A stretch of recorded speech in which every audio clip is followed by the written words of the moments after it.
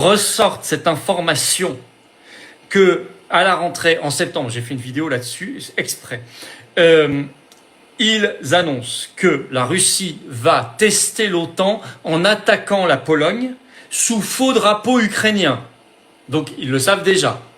Donc ça veut dire que possiblement, ils sont capables en septembre à la rentrée à l'automne d'attaquer la Pologne. Quand je dis ils sont, je parle de l'Ukraine avec l'OTAN, avec le soutien de l'OTAN bien sûr, puisqu'ils ont déjà annoncé le scénario. S'ils le font, si en septembre, en octobre, en novembre, l'Ukraine, avec le soutien de l'OTAN, attaque la Pologne, et qu'on trouve par exemple des missiles ukrainiens, des choses comme ça, ou des drones ukrainiens, on vous ressortira les articles de presse de début juillet en vous disant mais c'était déjà écrit, on le savait.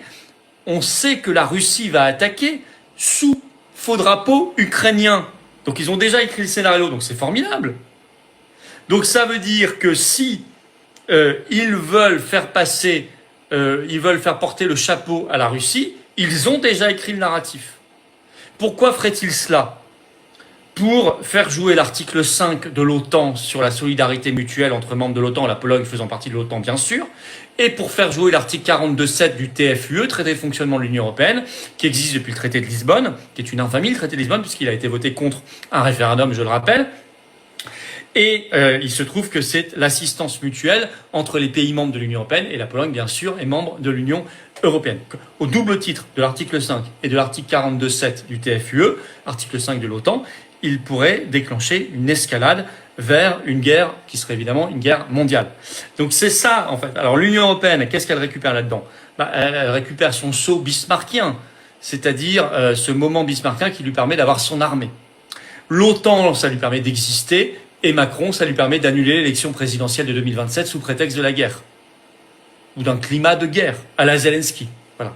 Tout le monde, il y a une conjonction d'intérêts pour là-dedans aller vers cela. C'est pour ça que le 14 juillet, on se lève très massivement, mais quand je dis très massivement, ça va être très massif pour la paix.